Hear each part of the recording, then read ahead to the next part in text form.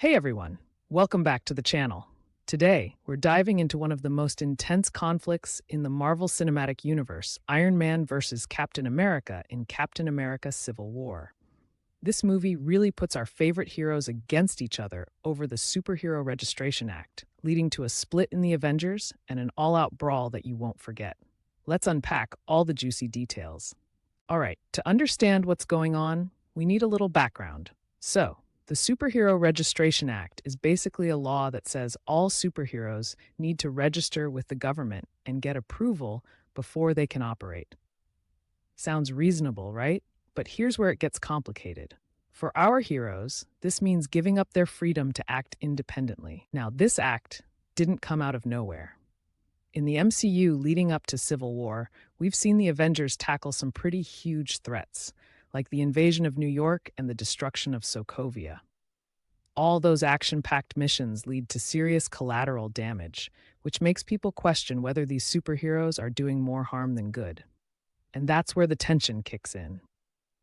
Let's break it down by character, starting with Tony Stark, aka Iron Man.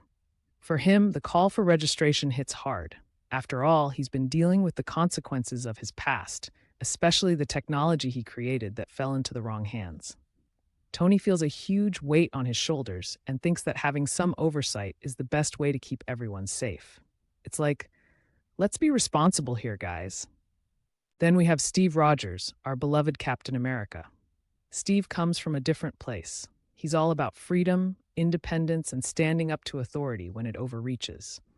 He's seen what happens when governments misuse power, and he is not about to let that happen again. For him, the idea of being told what to do makes his skin crawl.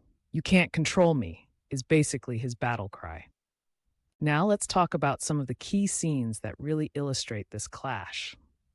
When the Avengers sit down to discuss the Registration Act, you can cut the tension with a knife. You can really feel the weight of their personal relationships. It's not just a debate, it's like family fighting. They've been through so much together, but the disagreement takes a toll on their bond. One of the most memorable moments has to be the epic airport battle. This scene is a literal showdown, with each side taking their stand. Team Iron Man has big names like War Machine and Spider-Man, while Team Cap rallies Black Widow and the Winter Soldier. You've got crazy fight choreography, witty banter, and intense action that keeps you on the edge of your seat. Ant-Man even makes a surprise entrance. Who saw that coming? During the battle, amidst all the fighting, you can see the emotional stakes. Each punch landed isn't just physical, it's personal. Their friendship is unraveling before our eyes, and each character grapples with the pain of this conflict. So what's the big takeaway here? One of the main themes is friendship versus duty.